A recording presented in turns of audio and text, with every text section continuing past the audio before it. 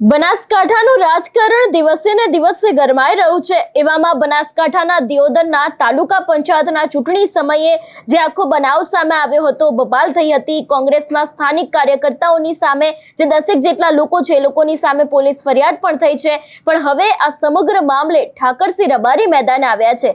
તેમના દ્વારા શું કહેવામાં આવ્યું છે તેની વાત આ વિડીયોમાં। નમસ્કાર, હું હંસિની અને તમે જોઈ રહ્યા છો નિર્ભય ન્યૂઝ। બનાસકાંઠા એ રાજકારણનું એપી સેન્ટર ગણાય છે। દિયોદરની અંદર પહેલા તો કોંગ્રેસે રિસોર્ટ પોલિટિક્સ કર્યું, પોતાના જે જીતેલા સભ્યો હતા એ લોકોને રાજસ્થાન બાજુ ખસેડ્યા હતા।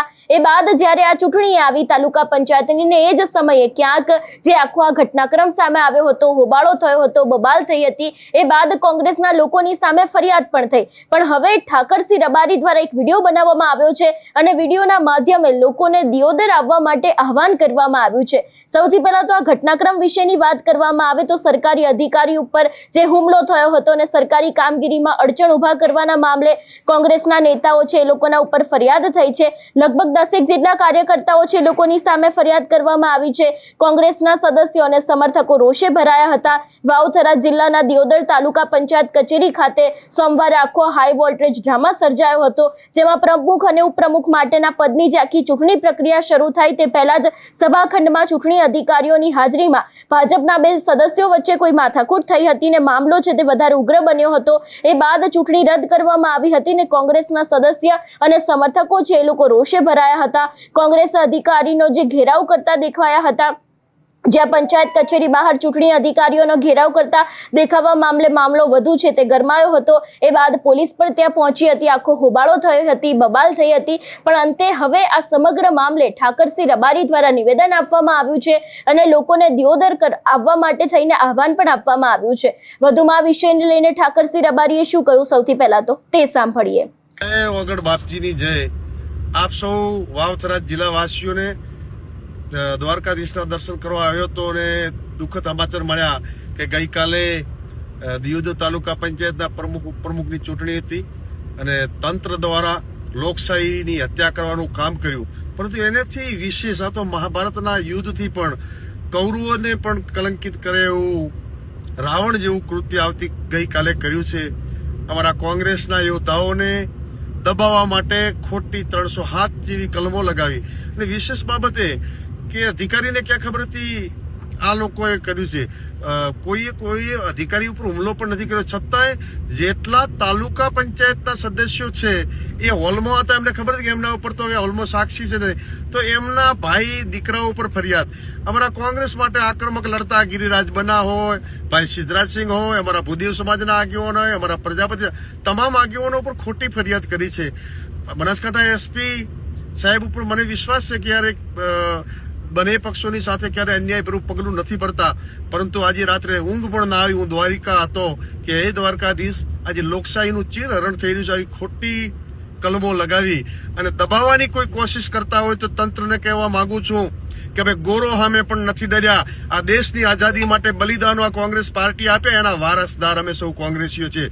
આવતીકાલે વાવથરાદ અને બનાસકાંઠા જિલ્લાની તમામ પ્રજાને વિનંતી કરું છું કે આ લોકશાહીનું ચીરહરણ થઈ ગયું છે। આ લોકશાહી બચાવવા માટે આવો આપણે સૌ આવતીકાલે દિયોદર મુકામે જે લોકશાહીની હત્યા કરવામાં આવી છે અને ખોટી ફરિયાદો કરી અને કોંગ્રેસના કાર્યકરોને દબાવવાનું જે કાર્ય કર્યું છે, 1 નહીં 1000 ફરિયાદો કરશો તો પણ લોકશાહી માટે કોંગ્રેસ જ્યાં લડવું પડશે ત્યાં લડશે।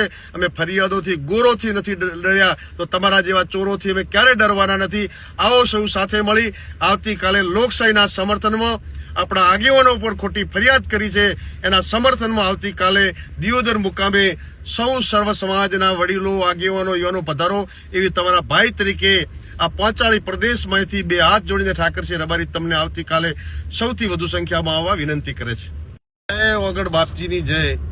આપ સૌ વાવથરા જિલ્લાવાસીઓને દ્વારકાધીશના દર્શન કરવા આવ્યો હતો અને દુઃખદ સમાચાર મળ્યા કે ગઈકાલે દિયોદર તાલુકા પંચાયતના પ્રમુખ ઉપપ્રમુખની ચૂંટણી હતી અને તંત્ર દ્વારા લોકશાહીની હત્યા કરવાનું કામ કર્યું। પરંતુ એનાથી વિશેષ આ તો મહાભારતના યુદ્ધથી પણ કૌરવોને પણ કલંકિત કરે એવું રાવણ જેવું કૃત્ય આવતી ગઈકાલે કર્યું છે। અમારા કોંગ્રેસના યોદ્ધાઓને દબાવવા માટે ખોટી 307 જેવી કલમો લગાવી અને વિશેષ બાબતે કે અધિકારીને ક્યાં ખબર હતી આ લોકોએ કર્યું છે? કોઈ અધિકારી ઉપર હુમલો પણ નથી કર્યો, છતાંય જેટલા તાલુકા પંચાયતના સદસ્યો છે એ હોલમાં હતા, એમને ખબર હતી કે એમના ઉપર તો હવે હોલમાં સાક્ષી છે ને, તો એમના ભાઈ દીકરાઓ ઉપર ફરિયાદ. અમારા કોંગ્રેસ માટે આક્રમક લડતા ગિરિરાજ બના હોય, ભાઈ સિદ્ધરાજસિંહ હોય, અમારા ભૂદેવ સમાજના આગેવાનો હોય, અમારા પ્રજાપતિ, તમામ આગેવાનો ઉપર ખોટી ફરિયાદ કરી છે.